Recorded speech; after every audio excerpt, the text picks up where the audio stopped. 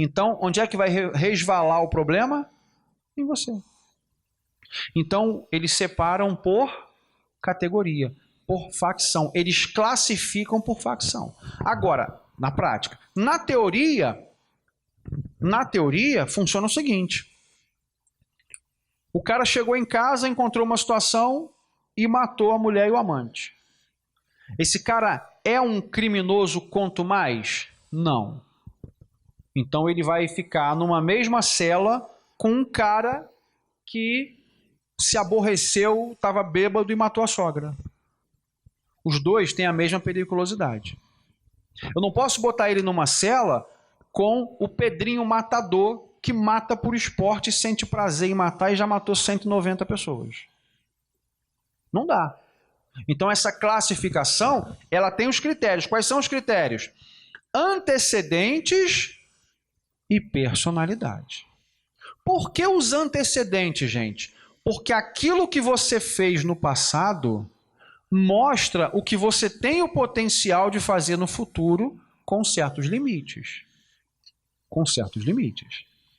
Se você, até hoje, chegou na idade que você tem e você nunca cometeu um crime, se hoje você cometeu um crime, vem cá, vamos avaliar se essa pessoa hoje cometeu um crime ou se ela hoje ingressou no mundo do crime. Eu tenho que avaliar isso aqui. A personalidade, ele é violento? Gente, o Fernandinho Beiramar é violento? Altissimamente violento. Mas ele não altera o tom de voz. Já viu isso? Ele não altera o tom de voz. Você conversa com ele, tem uma entrevista dele com o Cabrini, que eu falo, pô, esse cara, ele vai se candidatar daqui a pouco. Porque o cara não altera o tom de voz, ele fala certinho, fala bonito, fala manso. É igual o Anderson Silva, que fala manso e quando entra lá ele enfia o cacete em geral. O Beiramar é altissimamente violento, mas conversando com ele a gente não percebe. Alguém aqui é psicólogo? Alguém é psicólogo? Então a gente não tem a condição de saber se esse cara é ou não é violento. Mas o psicólogo tem. Para isso é a classificação. A classificação será feita por comissão técnica de classificação que elaborará o programa individualizador da pena privativa de liberdade adequada ao condenado ou preso provisório. Por que que o Fernandinho Beiramar está no regime disciplinar diferenciado há anos? Hoje eu acho que ele está em Natal, não é isso? Mossoró, Natal não, Mossoró, Rio Grande do Norte. Ou Catanduvas, São Paulo, uma dessas duas. Porque aquele tipo de cumprimento de pena é o adequado para ele. Por que que tem gente que está na casa do albergado? Porque aquele é o regime adequado para ele. A classificação é feita pela comissão técnica de classificação. Essa comissão técnica de classificação, quando se tratar de condenado a pena privativa de liberdade, ela tem uma composição, que será o diretor do estabelecimento que vai presidir. E aí ela tem uma composição mínima. Cuidado, porque a banca muitas vezes ela pode trazer uma questão dizendo que aquilo é uma composição máxima. Não, uma composição mínima, que será composto minimamente por 2 chefes de serviço. Qualquer um dos senhores pode ser chefe de serviço. Passou no concurso, começou a trabalhar, tem o plantão, tem uma equipe, vai chegar um momento, né? Você não vai chegar lá já na janela, né? Mas pode chegar um momento que você seja um chefe de serviço e pode fazer parte da comissão técnica de classificação. Um psiquiatra, um psicólogo e um assistente social. Vamos lá. Você sabe a diferença entre um psiquiatra e um psicólogo? Psiquiatra trata problemas mentais podendo atuar com medicação. Psicólogo trata com abordagem teórica. Para que serve um assistente social?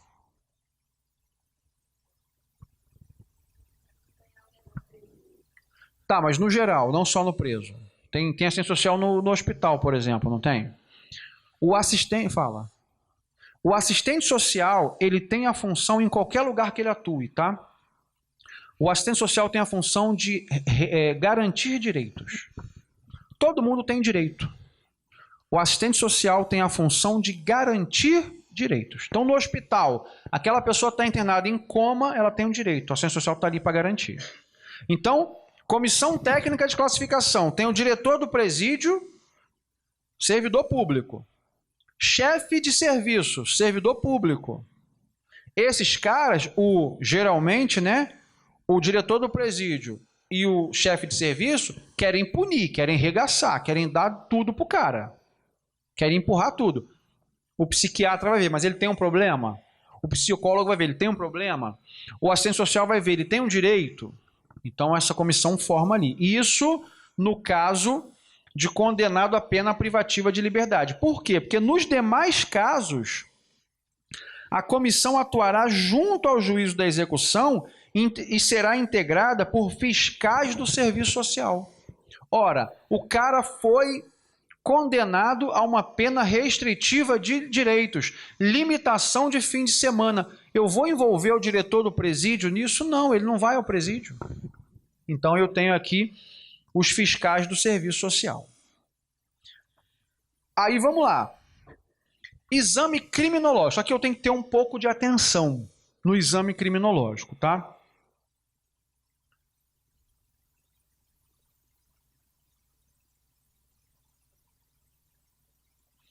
Por quê? O exame criminológico, ele tem uma função de ver a probabilidade desse cara se tornar ou ser um criminoso. Mas lembra do Cesare Lombroso que eu falei com vocês? O Cesare Lombroso, ele diz o seguinte, olha, se o cara tiver o queixo grande, se o cara tiver o olho esbugalhado, se o cara tiver a orelha, o cara é bandido.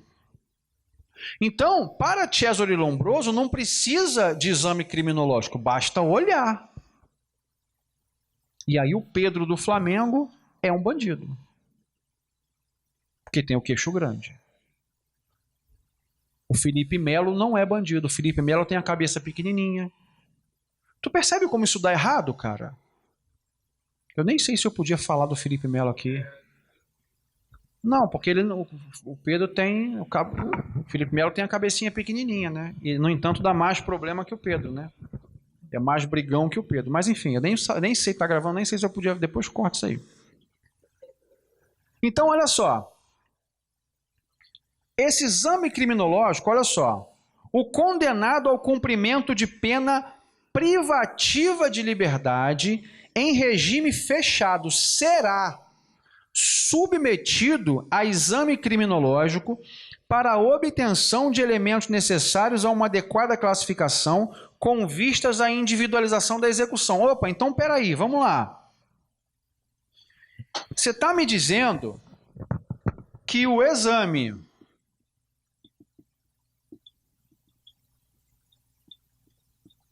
criminológico, quando se tratar em preso com pena privativa de liberdade em regime fechado, esse exame criminológico é o quê?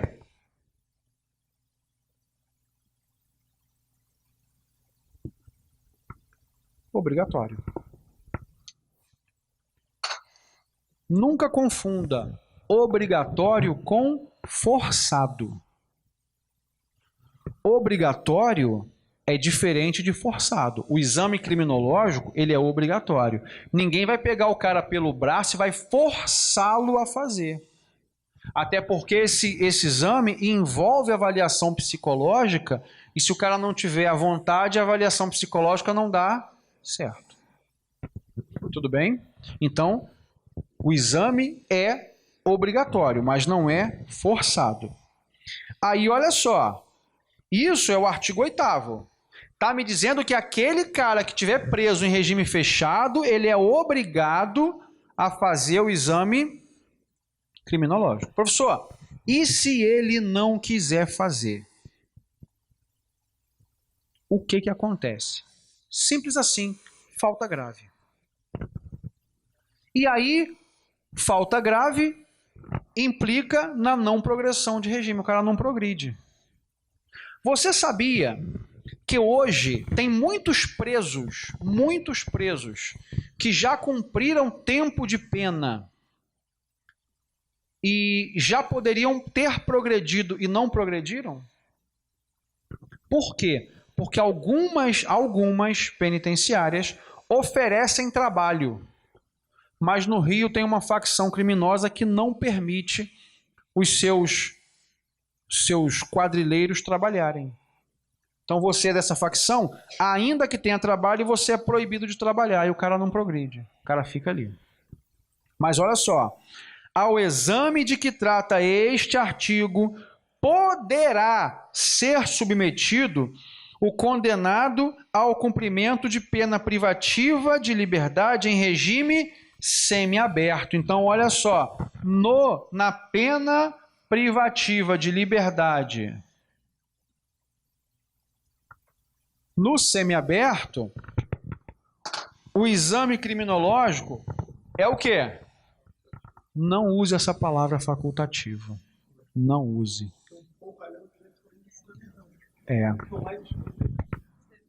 Não use essa palavra. Vou te explicar por quê. Olha só. Como é teu nome? Leonardo. Com todo respeito, eu vou te usar como exemplo. Você me permite? Imagine que você está preso. E imagine que eu sou um agente público. Tudo bem? Ok. O exame criminológico, volto no parágrafo anterior. O condenado ao cumprimento de pena privativa de liberdade em regime fechado será submetido. Eu tenho o poder de submissão sobre você. Tudo bem? Se você está em regime fechado, eu mando e você obedece, mas eu sou obrigado a mandar. Eu, como agente público, sou obrigado a promover o exame criminológico. No semiaberto está escrito que, olha só, ao exame de que trata esse artigo, poderá ser submetido o preso em regime semiaberto. Não é você que decide se vai fazer ou não. Sou eu que decido se eu vou aplicar ou não. Então ele não é facultativo.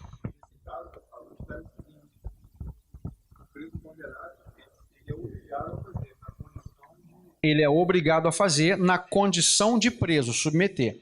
No regime semiaberto, ele é obrigado a fazer se eu mandar.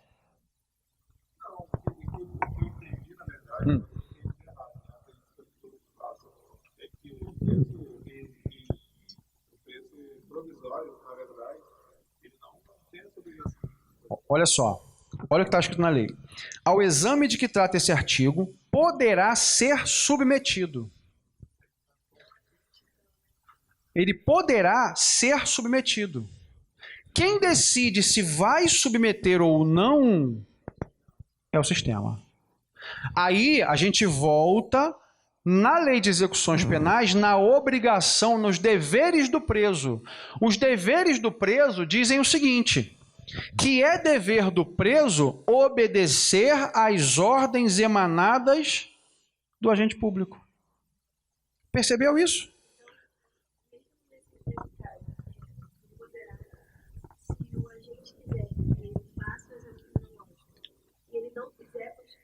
Constitui também a falta grave, por falta de obediência a uma ordem do agente público. Entendeu? É porque é muito mais confortável eu tratar o seguinte, olha, um é obrigatório, outro é facultativo. Não, o que é facultativo é aquilo que eu posso escolher. O que é facultativo é aquilo que eu posso escolher. Então, guarda isso. Por quê? Porque na tua prova, essa palavra facultativa não vai aparecer. Sabe como é que vai aparecer? Ela vai aparecer o seguinte, é obrigatório e não é obrigatório. É obrigatório ou é imputado ou não é imputado. Mas pensa o seguinte, quando a lei diz poderá ser submetido, eu estou dizendo o seguinte, você está no semiaberto, eu sou agente público.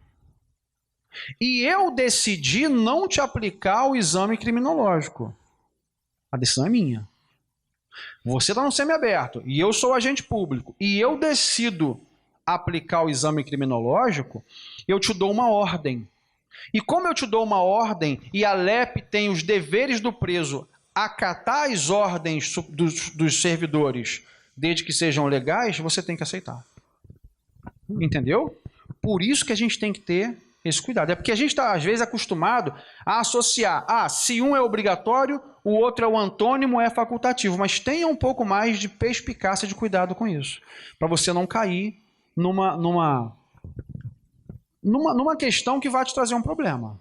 Tudo bem? Agora, eu não vejo uma questão de dizer, olha, é facultativo. Não. Por quê? Porque existe esse entendimento de que quem decide aplicar ou não é o Estado.